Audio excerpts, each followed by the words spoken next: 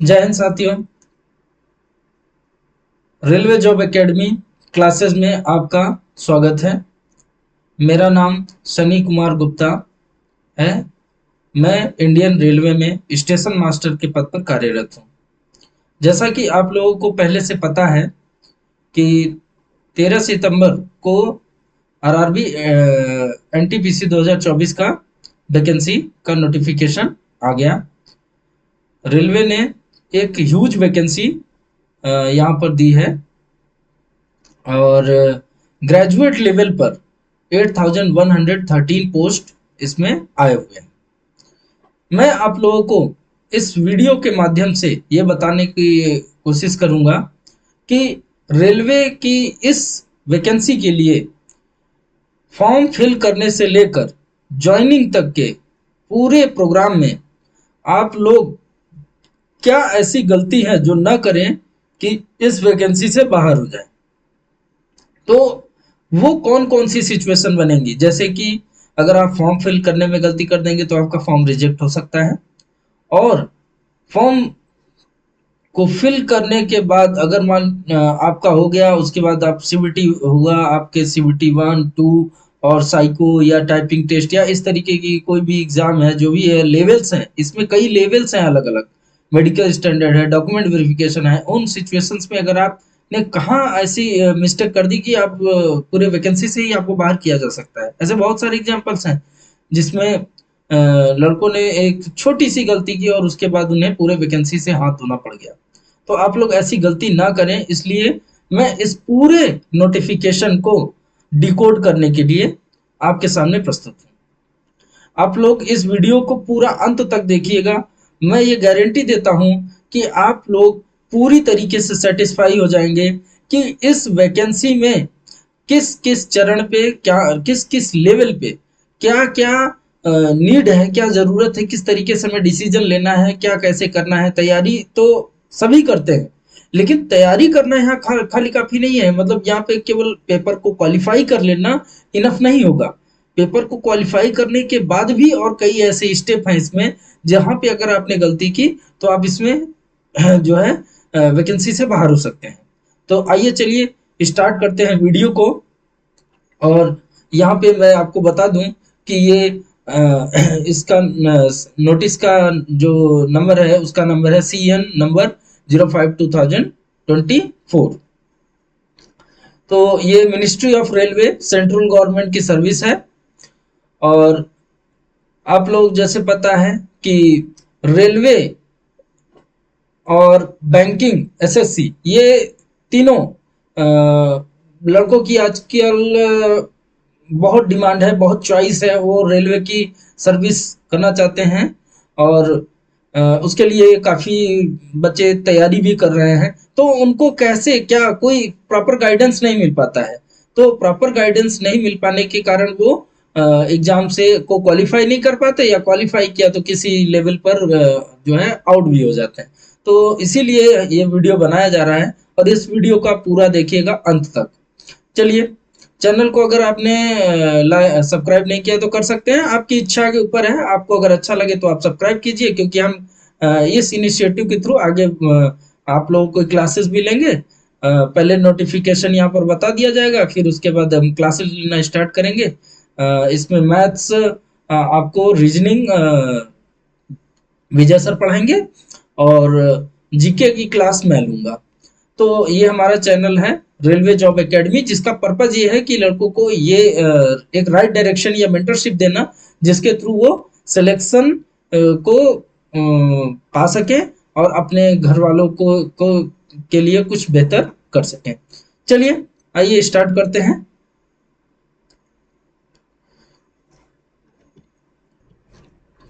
देखिए दोस्तों, ये आपका डेट ऑफ पब्लिकेशन आरआरबी की वेबसाइट पर 13 सितंबर को आ गया था और ऑनलाइन एप्लीकेशन आपके 14 से स्टार्ट हो गए। क्लोजिंग ऑफ ऑनलाइन रजिस्ट्रेशन 13 अक्टूबर था, जिसे इंक्रीज करके 20 तक इंक्रीज कर दिया गया।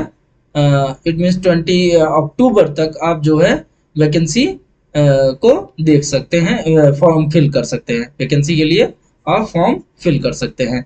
तो आप जो भी फॉर्म नहीं फिल किया, देखिए जनरली मैं सरकारी रिजल्ट वेबसाइट को फॉलो करता हूँ, तो आप लोग भी सरकारी रिजल्ट पे जा करके देख के उसको जो है वहाँ पे फॉर्म फिल कर सकते हैं। जो लोग फिल कर ही दिए होंगे, अगर मैंने अभी तक देखा नहीं है कि टाइम एक्सटेंड हुआ कि नहीं हुआ, लास्ट तो 20 था, आज 21 हो गया है, तो आप लोग अपने हिसाब से देख लीजिए और फॉर्म फिल कर दीजिए। अब यहाँ पे मैं आप लोगों को एग्जाम मतलब वैकेंसी के बारे में या नोटिफिकेशन के बारे में क्लियरली चीजें बताऊंगा। देखिए क्या क्या है। यहाँ पर मेनली 5 पोस्ट आई हुई है। एक है सीसीटीएस, ये chief commercial cum ticket supervisor, 2019 की जो वैकेंसी आई थी उसमें ये वाली पोस्ट नहीं थी, ये पोस्ट नहीं थी, chief commercial cum ticket supervisor की पोस्ट नहीं थी। तो ये एक तरह से एक नई पोस्ट हो गई है, आप देख सकते हैं। और सेकंड है स्टेशन मास्टर, जो कि जिस पर मैं ऑलरेडी इसमें वर्क कर रहा हूँ। और गुड्स ट्रेन मैनेजर की पोस्ट है, और junior account assistant cum typist की पोस्ट है, और सीनियर क्लर्क कम टाइपिस्ट की पोस्ट है। तो ये 5 पोस्ट के लिए यहाँ पर वैकेंसी आई हुई है, और किसमें कितनी वैकेंसी है आपको आगे मैं बताऊंगा।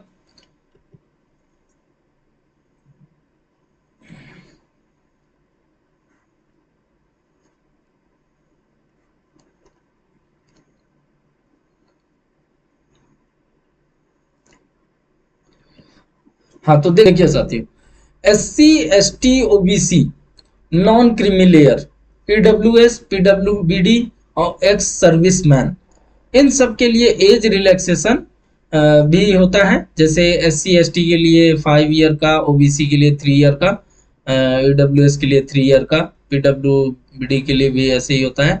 तो ये एज रिलैक्सेशन CN में जो दिया है, ये क्या कह रहा है, CN में जो भी एज रिलैक्सेशन है वो इसमें दिया हुआ है, उसके अकॉर्डिंग एप्लीकेबल होगा और आप उसके अकॉर्डिंग फॉर्म भर सकते हैं। इम्पोर्टेंट इंस्ट्रक्शन देखिए, ऑनलाइन एप्लीकेशन में क्या है, क्या करना है क्या नहीं करना है, उस गलतियों को एकदम, गलती करने से बिल्कुल बचें। कोशिश करें कि मिनिमम मिस्टेक हो, मिस्टेक एक छोटी छोटी मिस्टेक से ही आदमी पूरे वैकेंसी से बाहर हो जाता है। चलिए देखिए, candidate should ensure that they possess fulfil all eligible condition prescribed for the post as on the closing date of online registration, मतलब रजिस्ट्रेशन की क्लोजिंग डेट तक उनको फुलफिल करना है, ये जो भी कंडीशंस बोल रहा है। Candidate waiting for final results of prescribe educational qualification should not apply, मतलब जिनका अभी तक रिजल्ट डिक्लेयर नहीं हुआ, एग्जाम तो दिया है उन्होंने कि ग्रेजुएशन का हमने एग्जाम दे रखा है, लेकिन अभी रिजल्ट नहीं आया है। अगर उनका रिजल्ट नहीं आया है और इस क्लोजिंग रजिस्ट्रेशन डेट तक नहीं आता है, तो आप फॉर्म भरे हैं तो भी आपका फॉर्म रिजेक्ट हो जाएगा। तो आपका क्लोजिंग रजिस्ट्रेशन क्लोजिंग डेट से पहले आपका जो है रिजल्ट आ जाना चाहिए। अगर रिजल्ट आ जाता है तो आप इसके लिए एलिजिबल हो, आप बढ़िया बिंदास तैयारी करो, आपका सिलेक्शन हो, श्योर हो। Before filling up the online application, candidate I advise to thoroughly read the all the instruction and information, मतलब जो भी क्या कह रहा है कि जो भी नोटिफिकेशन में दिया है उसको एक अच्छे से पढ़ लीजिए और आप उसके अकॉर्डिंग फॉर्म को फिल कीजिएगा।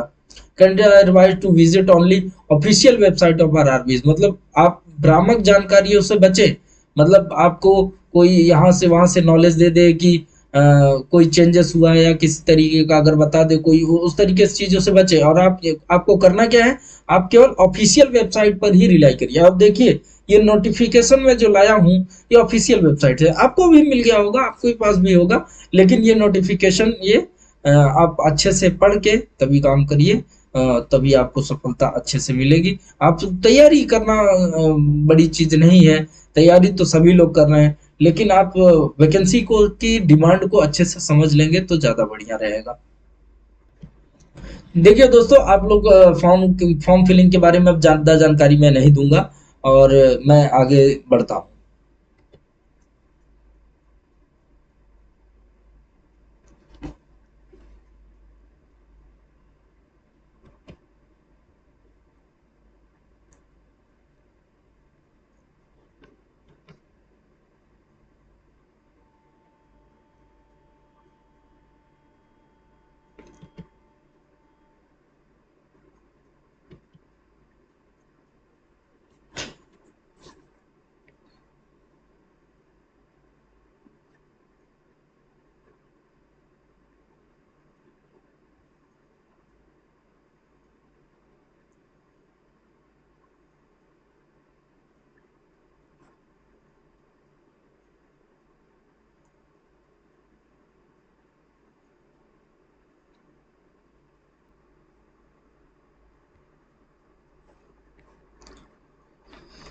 देखिए दोस्तों, अब हम लोग एग्जाम के बारे में जानते हैं कि एग्जाम में एक्चुअली में कितने स्टेजेस, क्या है स्टेजेस कितने हैं।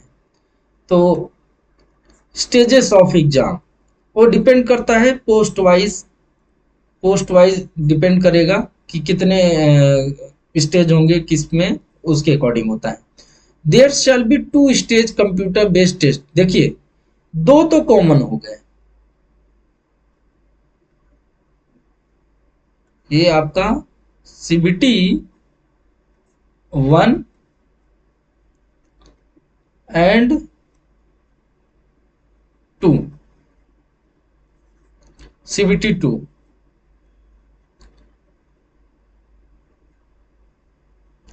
सीबीटी 1 एंड सीबीटी 2, ये दो कॉमन हो गए। ये तो सभी को देने हैं, सबको देने हैं, मतलब आप किसी भी पांचों पोस्ट में से आप किसी के लिए भी देना चाहते हैं, मतलब ऐसे तो प्रेफरेंस मांगता है वो कि 1 2 3 4 5 आप किस प्रेफरेंस में ऑर्डर में रखते हैं। प्रेफरेंस के अकॉर्डिंग आप यहाँ देख लो कि आप जिसके लिए भी तैयारी कर रहे हो उसके लिए भी, और सारे वैकेंसीज के लिए सबसे जरूरी चीज क्या है, सीबीटी 1 और 2 दोनों सबको देने। फिर जैसे आपने स्टेशन मास्टर की पोस्ट के लिए अप्लाई किया है तो आपको सीबीएटी देना है, सीबीएटी देना है।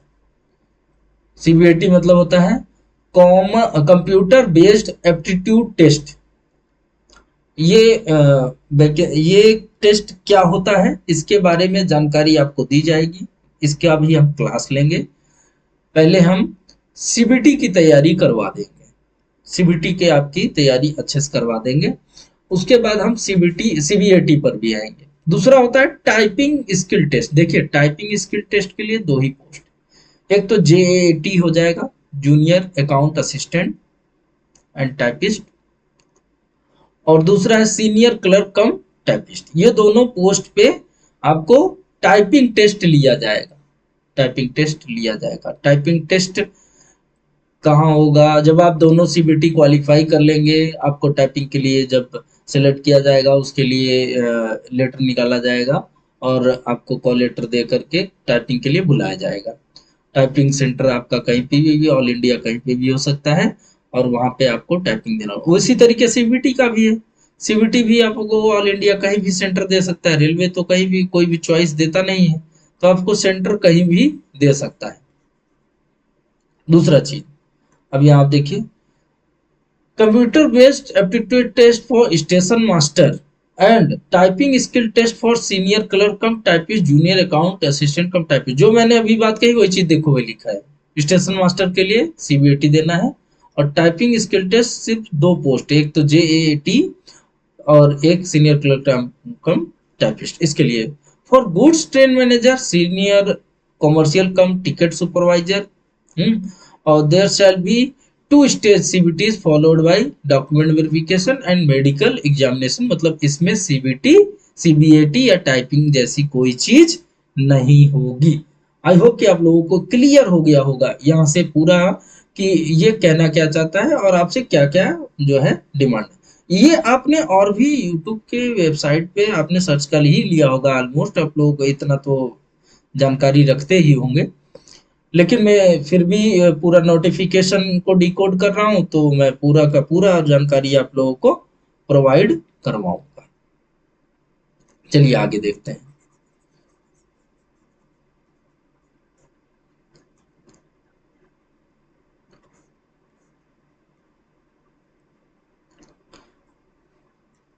Call letters. Candidate will have to download the city and date intimation e-call letter and travel authority wherever applicable। देखिए ट्रेवल अथॉरिटी टीएस सबको तो मिलेगा नहीं, वो तो एससी एसटी कैंडिडेट के लिए होता है।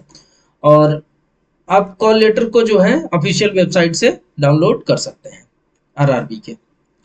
Short listing for various state. अच्छा एक चीज मैंने नहीं बताया, इस बार का जो होस्टिंग है वो वो कौन सी कर रही है आरआरबी, मैं आप लोगों को बता दूंगा बाद में। लेकिन पिछली बार का जो है होस्टिंग शायद आरआरबी मुंबई ने किया था, इस बार शायद आरआरबी अहमदाबाद कर रहा है। तो जो भी होगा आप लोगों को बता दिया जाएगा। यहाँ पे होता है कि कौन सी आरआरबी को दिया गया है जिम्मेदारी, रिस्पॉन्सिबिलिटी दिया गया है इस एग्जाम को कंडक्ट कराने के लिए, तो होता है। Short listing for various stage. देखिए शॉर्ट लिस्टिंग क्राइटेरिया क्या है ये बिल्कुल समझ लीजिए। देखिए ये कह रहा है कि जब आप सीबीटी वन देंगे ना, तो इस सेकेंड स्टेज के लिए सीबीटी वन जितने भी लड़के दिए होंगे, जितने भी पोस्ट होंगे ना सेकेंड स्टेज के लिए, उस पोस्ट का 15 टाइम्स, मतलब जैसे आप समझ लीजिए 8130 13 8113 ये है, ठीक है। 8113 है, इसको मल्टीप्लाई कर दीजिए 15 से, 15 से मल्टीप्लाई कर दीजिए।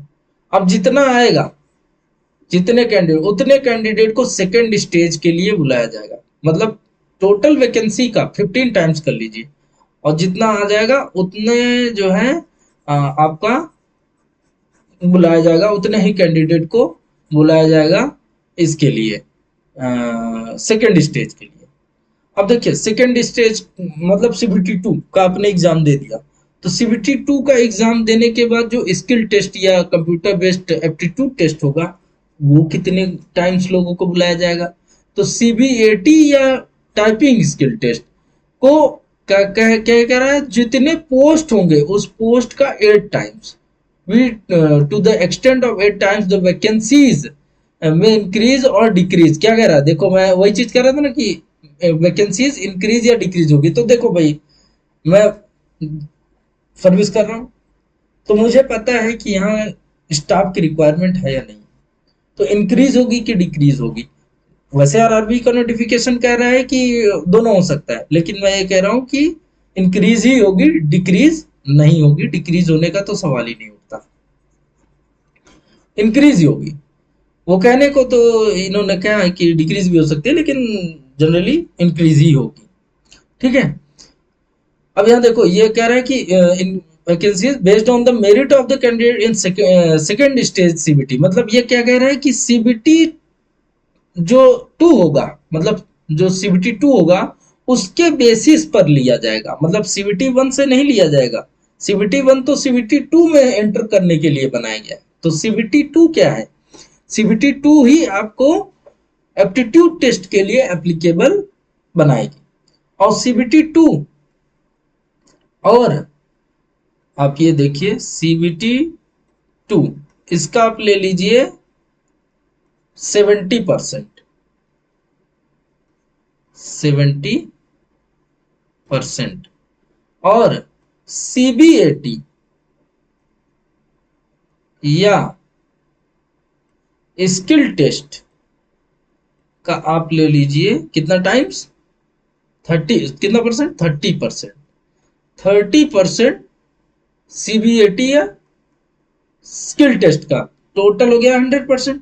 ऐसे करके बनाया जाएगा आपका रिजल्ट, रिजल्ट ऐसे बनेगा, ठीक है।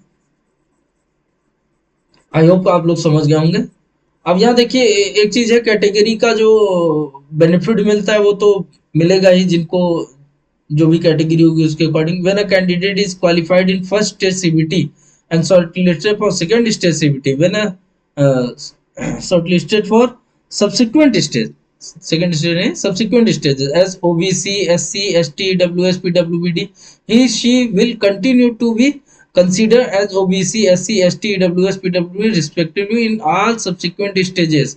मतलब अगर आपने सीबीटी वन क्वालिफाई किया है इन कैटेगरी के बेसिस पर, तो आगे की जितने भी स्टेजेस होंगे उसमें आप इसी कैटेगरी में ही आप क्या किए जाएंगे, कंसीडर किए जाएंगे।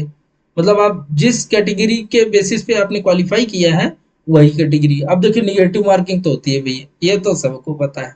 वन थर्ड, वन थर्ड की निगेटिव मार्किंग, मतलब अगर आप 3 क्वेश्चन गलत करेंगे तो आपका एक सही कट जाएगा, ठीक है। इसका मीनिंग यही है, वन थर्ड की निगेटिव मार्किंग है। चलिए आगे चलते हैं। यहाँ पे कुछ जनरल इंस्ट्रक्शंस दिए हुए हैं। जनरल इंस्ट्रक्शंस आप लोग इसको पढ़ लीजिएगा। मैं मेन मेन जो पॉइंट है उसको लेकर चलूंगा, क्योंकि बहुत लंबा है नोटिफिकेशन, तो इसके लिए मैं मेन मेन पॉइंट लेकर चलूंगा।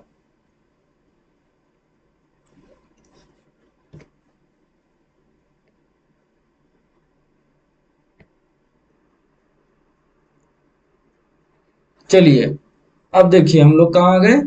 Medical standard, medical standard for the post. देखिए मैं जो कह रहा था कि मेडिकल कैसे होगा इसके बारे में मैं बता देता हूँ। अपने बारे में हम लोग बता देते हैं। हम लोगों को जब हम लोगों का जो CBT 1 हो गया, CBT 2 हो गया, फिर हमने साइको टेस्ट दिया, साइको टेस्ट हमारा क्वालिफाई हो गया, फाइनल रिजल्ट आ गया, पैनल आ गया। तो फाइनल रिजल्ट जब आ गया, तो फाइनल रिजल्ट आने के बाद हम लोगों को मेडिकल हमको जो है रिपोर्ट करने के लिए बोला गया। कहाँ पे? अपने अपने कंसिक्वेंट RRBs में वहाँ पे हमें जाना था। DV और मेडिकल हमारा साथ में हो रहा था, मतलब डॉक्यूमेंट वेरिफिकेशन कराना है, फिर हमें एक मेडिकल की पर्ची मिल जाती थी कि हमें किस हॉस्पिटल में जाना है। अब मैं हम लोग आप लोगों को क्लियरली बता देता हूँ।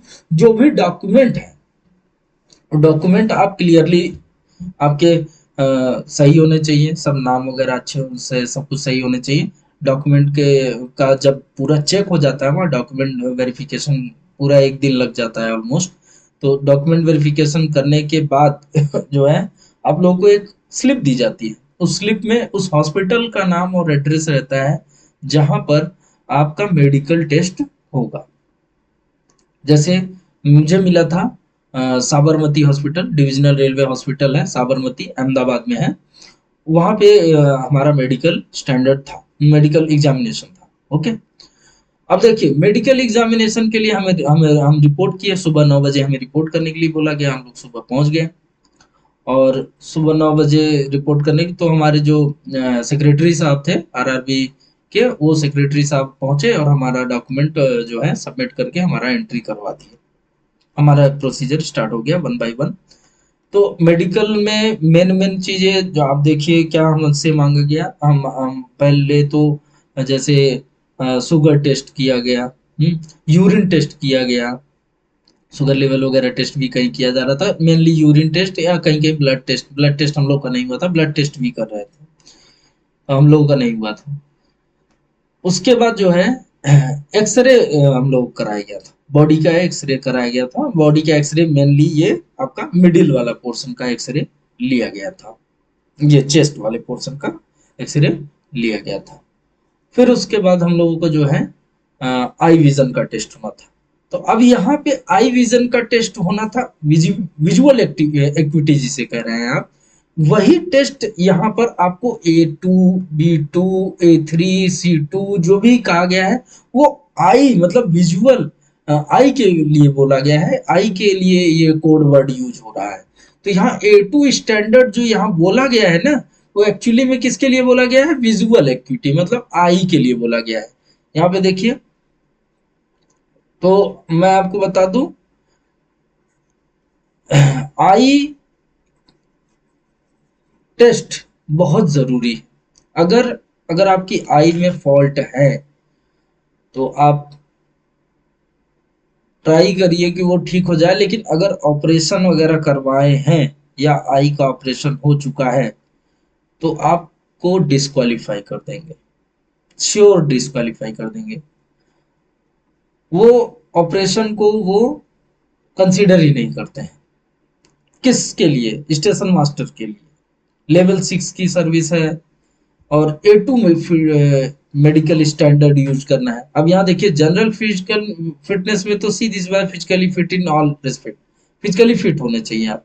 लेकिन विजुअल एक्टिविटी आप यहाँ देखिए क्या है, डिस्टेंट विजन होना चाहिए 6/9, 6/9 का डिस्टेंट विजन होना चाहिए, without glasses, no fogging test. Fogging test नहीं होगा। फॉगिंग टेस्ट किसका होता है? ये ALP वालों का होगा, जो ALP का फॉर्म भरे होंगे ना, वही उनका होगा fogging test. Fogging test station master की कैटेगरी के लिए नहीं होता है। 6/9 आपका होना चाहिए, 6/9 होना चाहिए। ALP के लिए कितना होता है? 6/6 होना चाहिए, दोनों आइज। देखो भाई, एक चीज और बता दें, दोनों आईज में से किसी एक आई का चाहे लेफ्ट हो चाहे राइट हो थोड़ा सा विजन कम होता है। और वो करते क्या है आपको बता दें, एक इस तरीके से ग्लास की तरह एक चश्मा पहना देते हैं और उसमें जो है ब्लैक एक टाइप में रहता है, वो लगा देंगे, आपका बंद हो जाएगा, पूरा ब्लॉक कर देते हैं, ऐसे खुला खुला टाइप का रहेगा। एक तरह से उसको फ्रेम की तरह समझ लो कि आई फ्रेम की तरह रहेगा, जैसे ग्लास का चश्मे का फ्रेम होता है वैसा फ्रेम रहेगा, रिंग टाइप का। और उसके अंदर फिट कर देंगे तो एक ही आई से आपको दिखेगा। अब वो करीब 20 फीट की दूरी पर रखा हुआ था, 20 फीट की दूरी पर ऑलमोस्ट होता है।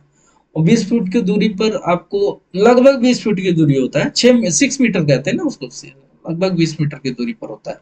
और वो जो है उसमें आपको सी कट दिखाएंगे, सी कट। उसमें लेटर्स नहीं होंगे, ABCD वाले नहीं होते हैं, सी कट होता है। आपको डायरेक्शन पूछेंगे, लेफ्ट राइट अप डाउन ऐसे पूछते हैं।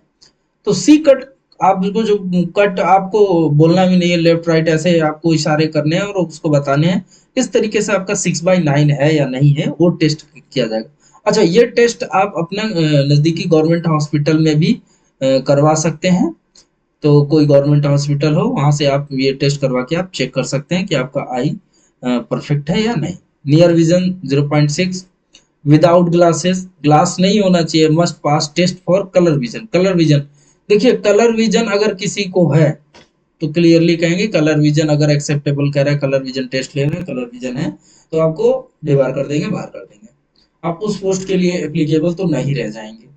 तो कलर विजन वगैरह अपना टेस्ट करवा लीजिएगा। कलर विजन की एक बुक होती है, उसमें कुछ नंबर्स लिखे रहेंगे या कोई टेढ़ा मेढ़ा लाइन टाइप का बना हुआ रहेगा, वो टेस्ट आप कर सकते हैं। Binocular vision test, night vision और मायोपिया विजन, मतलब वो नियर फार डिस्टेंस वगैरह ऐसा होता है ना, नाइट विजन वगैरह।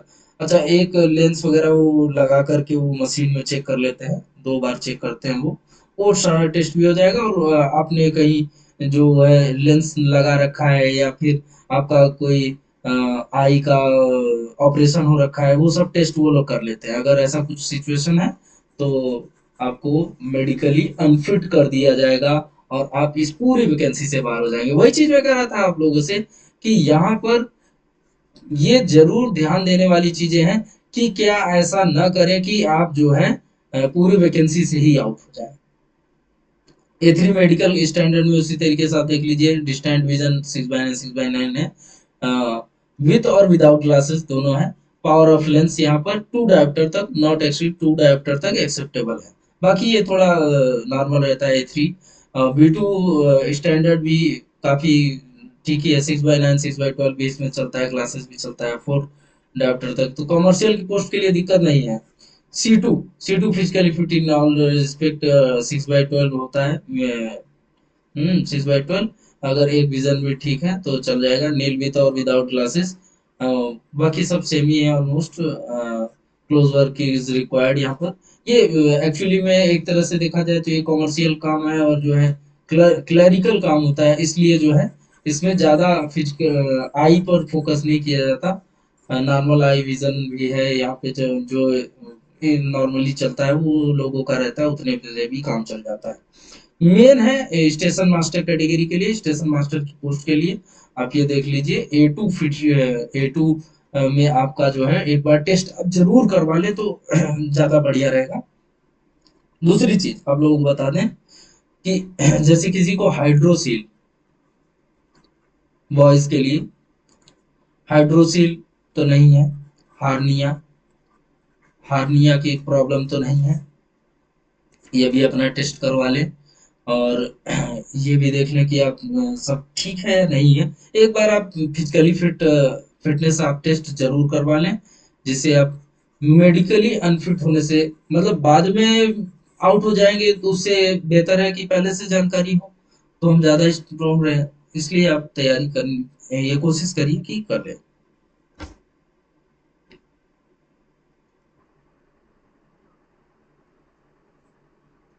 देखिए दोस्तों, अभी मेडिकल स्टैंडर्ड हम लोगों ने जाना। अब ये मेडिकल स्टैंडर्ड के बारे में जानकारी जो है रेलवे बोर्ड के, रेलवे बोर्ड ने कहाँ पर मेंशन कर रखा है, तो Indian railway medical manual IRMM बना रखा है, और उसके चैप्टर 5 में के वॉल्यूम 1, जो ये वॉल्यूम 1 है, इस बुक का एक वॉल्यूम 1 है, उसके चैप्टर 5 में अगर आप जाएंगे तो वहां पर आपका जानकारी मिल सकती है। Ministry of railway, railway board और हेल्थ डायरेक्टोरेट में जाकर के इस वेबसाइट से आप निकाल सकते हैं, अगर आपको ज्यादा जानकारी चाहिए तो। बाकी आप देखिए, मैं कुछ और पॉइंट यहाँ पर शो दिखाता हूँ आप लोगों को। जो मैं बोल रहा था वो यहाँ पर क्या इंपॉर्टेंट चीज है जिसको लोग मिस कर देते हैं, ये दोनों पॉइंट बहुत इंपॉर्टेंट है, इसको आप देखिए। Candidate who have undergone LASIK surgery, जो कैंडिडेट जिन्होंने लेसिक सर्जरी करा रखी है, और एनी अदर सर्जरी, कोई अगर और भी सर्जरी करा रखी है आईज का, procedure to correct refractory error are not eligible for the post having medical standard A2 और A3। A2 और A3, तो A3 तो है नहीं हमारे में, हमारे में क्या है, A2 है। A2 स्टैंडर्ड में अगर आपने देखा स्टेशन मास्टर की पोस्ट, और दूसरी है एक आपने देखा होगा बस वही स्टैंड A2, तो वही है स्टेशन मास्टर कैटेगरी में जरूरी है। और बाकी मैं आप लोगों को बताता हूँ, 1 मिनट। जी हाँ दोस्तों, एक तो हो गया स्टेशन मास्टर कैटेगरी A2 के लिए, और दूसरा हो गया क्या, गुड्स ट्रेन मैनेजर। ठीक है, गुड्स ट्रेन मैनेजर के लिए भी जो वैकेंसी है उसमें भी A2 स्टैंडर्ड ही मांगा है, यही सबसे हाई स्टैंडर्ड है इस वैकेंसी में। हाई स्टैंडर्ड का मेडिकल जो है एग्जामिनेशन होता है। Candidate who have undergone LASIK surgery, जो लेसिक सर्जरी और any other surgery procedure to correct refractory error are eligible for the post of having medical standard A2, B2 and C2। तो B2 और C2 category का अगर medical standard आप देने जा रहे हैं, अगर आप मेडिकल एग्जामिनेशन में अपीयर होने वाले हैं इस वैकेंसी के, तो आपको जो है लेसिक सर्जरी अगर आपने करवा रखी है तो आपको कोई प्रॉब्लम नहीं है, वो आपको अलाउ करता है कि आप लेसिक सर्जरी के साथ भी इस पोस्ट के लिए एलिजिबल है।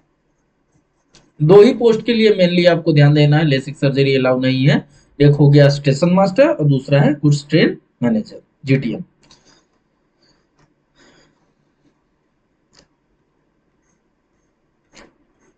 अब देखिए एलिजिबिलिटी यहाँ पर मेनली यहाँ पे क्या क्या है चीजें हैं, ये नॉर्मल चीजें को लेकर के चल रहे हैं। अब यहाँ देखिए कैंडिडेट का क्या होना चाहिए, citizen of India, a subject of Nepal और सब्जेक्ट ऑफ भूटान, मतलब नेपाल और भूटान के कैंडिडेट भी इसमें फॉर्म फिल कर सकते हैं। A Tibetan refugee who came over to India before 1 January 1962, जो तिब्बत से जो लोग आए थे, रिफ्यूजी मतलब होता है जो दूसरे देश से एंटर कर जाते हैं इलीगली किसी कंट्री में, with the intention of permanently setting, मतलब सेटलिंग इन इंडिया, मतलब इंडिया में परमानेंटली सेटल होने के लिए जो तिब्बत से लोग आए थे 1 जनवरी 1962 के पहले, उनको भी कंसिडर कर सकते हैं। मतलब यहाँ नेशनैलिटी की बात हो रही है, कौन कौन, person of Indian origin who have migrated from Pakistan, Burma, Sri Lanka, East Africa countries of Kenya, Uganda, United Republic of Tanzania, Zambia, Malawi, Zaire, Ethiopia and Vietnam with the intention of permanently settling in India। यहाँ से भी जो लोग आए हुए हैं migrate होकर के, जो इंडियन ओरिजिन के हैं, वो भी इसके लिए एलिजिबल है। Provided the candidate belonging to category B, C, D and E above shall be a person in whose favour a certificate of eligibility has be issued by the government of India, मतलब government of India से एक certificate issue हुआ होगा, उस certificate को जो है आपको प्रोड्यूस करना पड़ेगा। ठीक है, डॉक्यूमेंट वेरिफिकेशन के टाइम पे प्रोड्यूस करना पड़ेगा, ये डॉक्यूमेंट वेरिफिकेशन टाइम पे ये जरूरत पड़ेगी। नेक्स्ट पॉइंट क्या है देखिए, a candidate in whose case a certificate of eligibility is necessary may be admitted to the examination but the offer of appointment may be given only after the necessary eligibility certificate has been issued by to him by the government of India। मतलब जो भी certificate होगा वो कौन issue करेगा, government of India. बहुत सारे लोग ये करें कास्ट सर्टिफिकेट स्टेट गवर्नमेंट का लगा दें, स्टेट गवर्नमेंट का अगर आपने कास्ट सर्टिफिकेट लगाया तो आपका कैंडिडेचर कैंसिल हो जाएगा, क्लियरली कैंडिडेचर कैंसिल हो जाएगा, आप बाहर हो जाएंगे वैकेंसी से। तो मैं आपको यही कहूँगा कि आप इस वैकेंसी से बाहर ना हो, इसके लिए क्या-क्या ज़रूरी चीज़ें हैं वो आप बहुत ध्यानपूर्वक अपने माइंड में रखिए। और बाकी हम लोग हैं ही, आप लोगों को पूरा मेंटर करेंगे, पूरा गाइड करेंगे यूट्यूब पर। The lower and upper age limit indicate for the post, यहाँ पे डेट दे रखी है कि यहाँ तक रिकॉर्ड एज मतलब 1 जनवरी 2025 को भी यहाँ पर कंटेन कर रखा है। इसके बीच का टाइमलाइन ये दे रहा है कि इतने के बीच में अगर आप हैं तो आप एलिजिबल हैं। अब यहाँ पे एज ग्रुप देख लीजिए 18 टू 36, जनरल के लिए 2/1/1989, ओबीसी क्रीमी लेयर 2 जनवरी 1986, SC/ST के लिए 2 जनवरी 1984, और lower limit of date of birth not later than for all community categories जो है या 1/1/2007। ठीक है, graduate level 7 CPC level 5 and 6 graduate level post the date of birth जो भी है यहाँ पर मेंशन किया हुआ है कि इसके बीच में आप मतलब 18 से अगर 36 साल के बीच का अगर आप हैं तो आप इस फॉर्म को फिल कर सकते हैं, आप एलिजिबल हैं। आगे देखते हैं यहाँ पर कुछ भाई कम्युनिटी वाइज जो है कुछ छूट भी मिलती है, जैसे OBC non creamy layer. Non creamy layer का मतलब बता देता हूँ कि वो ओबीसी यहाँ पर एक डेफिनेशन दे रखी है गवर्नमेंट ने, सेंट्रल गवर्नमेंट ने एक डेफिनेशन दे रखी है कि कोई भी व्यक्ति जिनके पिता की फादर की जो इनकम है 3 ईयर तक, three three 3 years consecutive 3 years 8 lakh above अगर उनकी इनकम है, तो उनके जो बच्चे हैं मतलब आपके अगर फादर की इतनी इनकम है 8 लाख एंड एबव, तो आपको नॉन क्रीमी लेयर में नहीं रखा जाएगा, आप क्रीमी लेयर में आ जाएंगे। मतलब आपको एज अ जनरल ट्रीट किया जाएगा, आप यूआर की तरह ट्रीट किए जाएंगे। अब देखिए ओबीसी एनसीएल के लिए 3 ईयर का रिलैक्सेशन है, SC/ST के लिए 5 ईयर का रिलैक्सेशन है। Ex serviceman candidate who have put in more than 6 month service after attestation.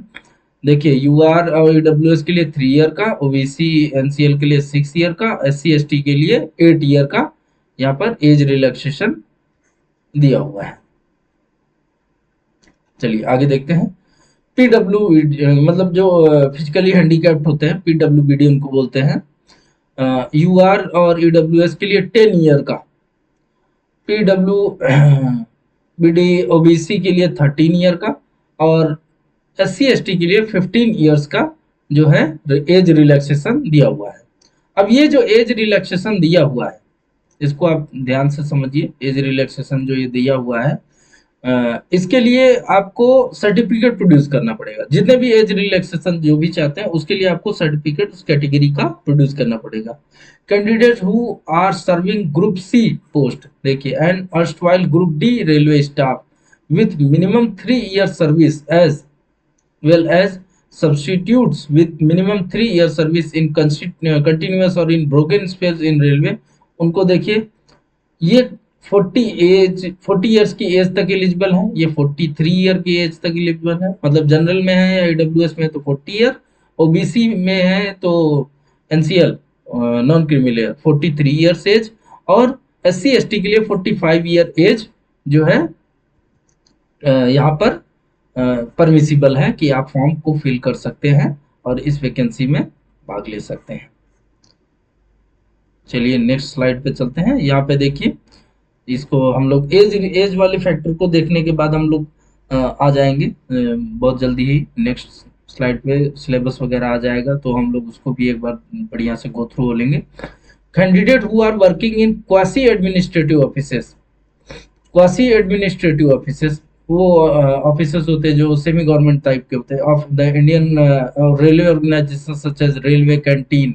देखा, रेलवे कैंटीन, यहाँ पे अगर कोई वर्क कर रहा है रेलवे कैंटीन वगैरह में, कोऑपरेटिव सोसाइटी एंड इंस्टीट्यूट अगर इस तरीके के हैं, कोऑपरेटिव सोसाइटीज वगैरह में आप काम करते हैं तो आपको एज रिलैक्सेशन मिलेगा।